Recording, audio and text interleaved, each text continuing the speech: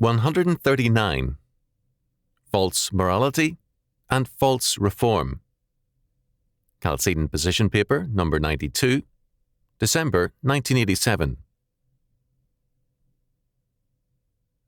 One of our persistent problems today is that so much, quote, reform, end quote, approved by Christians and non-Christians and liberals as well as conservatives, is simply immoral.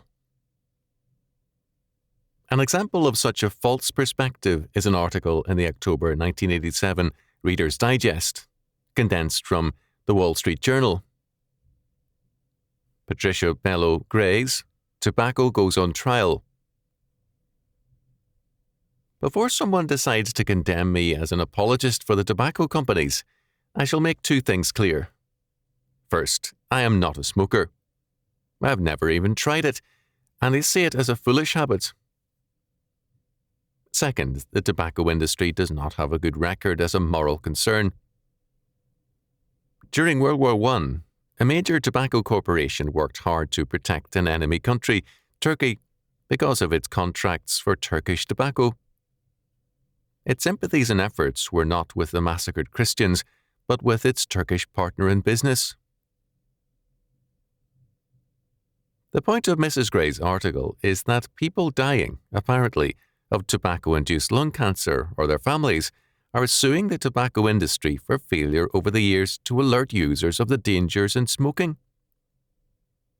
The defense of the tobacco industry in the legal battles is described as a lavishly financed and brutally aggressive defense that scares off or exhausts many plaintiffs long before their cases even get to trial.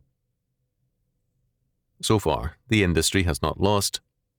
But Mrs. Gray has high hopes because of two new cases in Mississippi and New Jersey. Let us begin by granting the medical case against smoking. It is a dangerous and even suicidal habit. But are the companies liable? Were people ignorant of the dangers of smoking before the warning notices were placed on cigarette packages? Is knowledge of tobacco's threat to health something new? I am now 71 years old. I cannot recall a time when the menace was not clearly known. In the 19th century, and well into the Depression years of the 1930s, cigarettes were known popularly as coffin nails. Hygiene classes, athletic coaches, and other authorities regularly warned the young of the dangers of smoking. I was quite young when a Dr. Pearl studied insurance statistics and demonstrated that smokers died earlier than non-smokers. The young who started to smoke were warned, it will stunt your growth, it will kill you, and so on. It was impossible for anyone to grow up without endless naggings and warnings about smoking. The young would begin smoking as an act of bravado, or to act sophisticated, or out of sheer defiance. In my hometown, because the Scoutmaster bore down heavily against smoking, all the Scouts would leave the meeting to light up cigarettes in gleeful defiance. It was their way of thumbing their noses at authority. Now, if we say the tobacco companies are then responsible, we deny all godly morality, and we give the right to those who defy well-known facts of health to blame others for their condition. Will farmers be sued next because people who overeat have health problems? We can be grateful that there were no American courts and judges in the Garden of Eden. Adam and Eve might then have sued God for creating the tree of the knowledge of good and evil, and also for creating the tempter who tempted them. After all, Eve did blame the tempter, and Adam blamed Eve, and he also blamed God for having given him Eve. The suits against the tobacco industry follow the same pattern. They turn the moral universe upside down. They deny the facts of sin and responsibility. Given this type of lawsuit, what shall we expect next? Will we have suits against call girls and other prostitutes for having given a customer a sexually transmitted disease? In Concord, California, An anti-war protest group, in violation of the law of trespass, moved in front of a train with munitions, then leaving the Concord Naval Station. One man was hit and lost both legs below the knee. The protesters wanted news and television coverage and had notified the media. They expected to be removed, arrested, and to be on the evening news. After the accident created by their trespass, they were outraged that no charge was filed against the crew of the train. The Record, Stockton, California, September the 24th, 1987, page B2. Protesters of various kinds have routinely destroyed and harmed individuals as their fundamental right, but they regard it as oppression if any consequences affect them. Whether we are anti-war or anti-tobacco, the moral fact remains the same. When we knowingly do something, we must be prepared to accept the consequences. We cannot shift the blame onto others.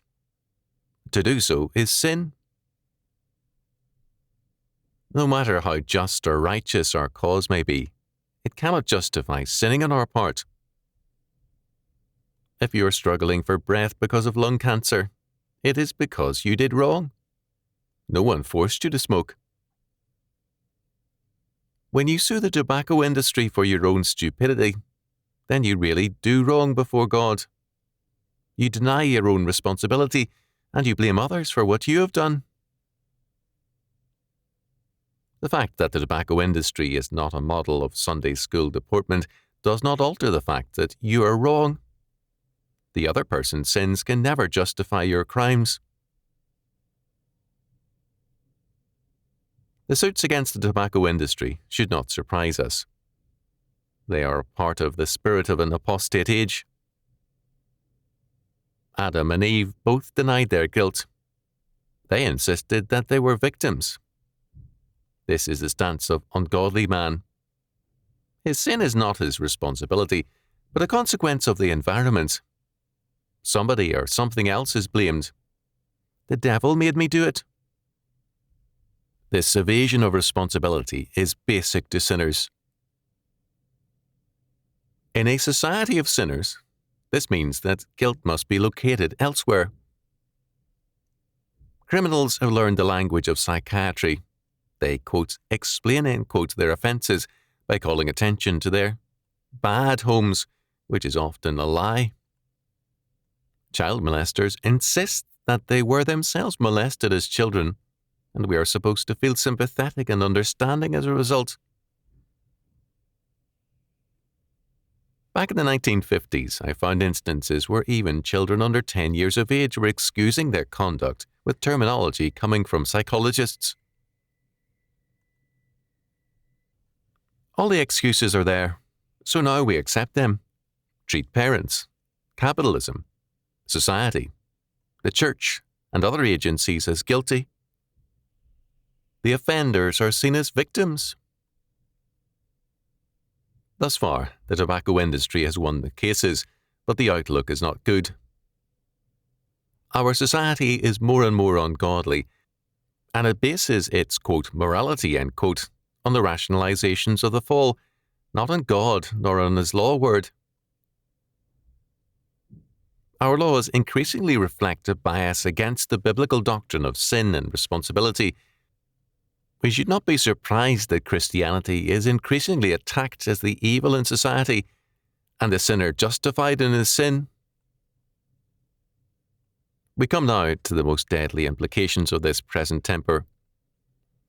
According to Scripture, God, through Christ's atonement, justifies the sinner. Christ takes our guilt and sin upon Himself and dies in our stead. The Holy Spirit regenerates us and makes us morally new men, new creations. Our justification costs Christ the cross because God's law is unchanging, and sin requires judgment and restitution. Christ righted the legal and moral balance and makes us His responsible and righteous people. There is, however, a different doctrine of justification in these lawsuits, and in much of our current, quote, reform, end quote, legislation. It justifies the sinner in his sin. According to the logic of this view, the tempter, rather than Adam and Eve, should have been at the least cast out of Eden, if not killed. The tree of the knowledge of good and evil should have been demoted and sued for creating the possibility of temptation and sin. Is this what you want? There are two moral realms in conflict, the kingdom of God versus the kingdom of man. Beware, lest in your foolish sympathies you align yourself against God. Incidentally, God created tobacco. One of these days, when we approach it as God created, we may find a variety of healing uses in its composition which would amaze us. Remember, God made all things good. Genesis chapter 1, verse 31. Our misuse of things cannot alter that fact. Note: Daily News Digest, August 29, 1990, reported that the anti-war protester who lost both legs when he lay down before a munitions train has received a settlement for $920,000.